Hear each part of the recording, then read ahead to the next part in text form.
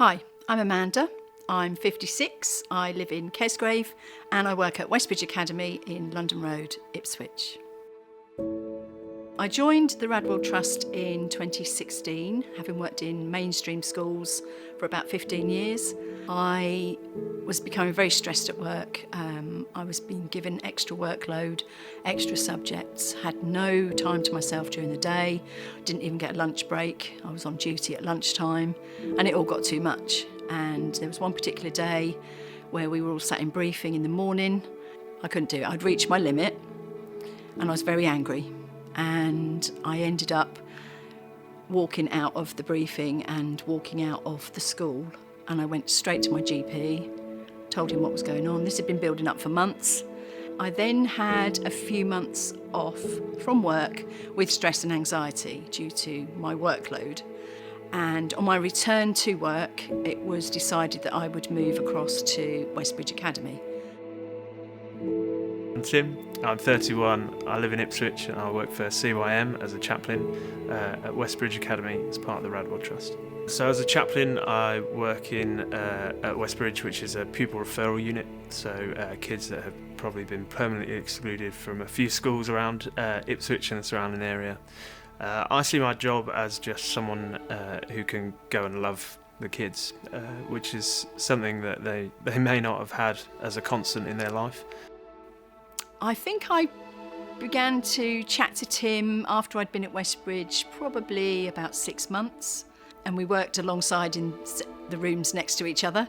And I don't know how we got onto the topic of mental health. I don't know if I just came in one day and I was just like, oh, and he said, "Are you okay?" And I said, "No, not really." And I remember asking her one day, "How are you doing?" And she just said, "Oh, I'm just not great today." Which, as a chaplain, you have a decision time. You can either go, "Oh, I'm really sorry to hear that," or take that time, pause, and just ask how things are. So, do you want to just come and chat about that and how you're doing? And Amanda really opened up about some really personal stuff that was going on for her in her life at home, so I was brave enough to say that I would be praying for you. I wasn't brave enough to say at the time, "I'll pray for you now." But that came along later, once we'd built the relationship.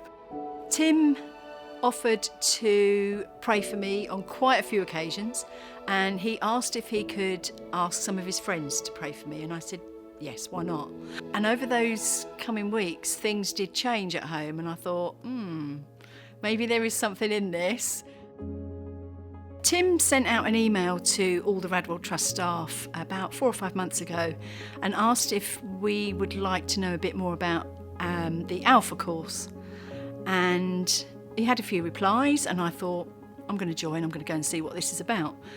At the beginning of the Alpha course, which I've been doing for the last 6-7 weeks, I would kind of describe myself as I'm sitting on the fence. I'm not sure.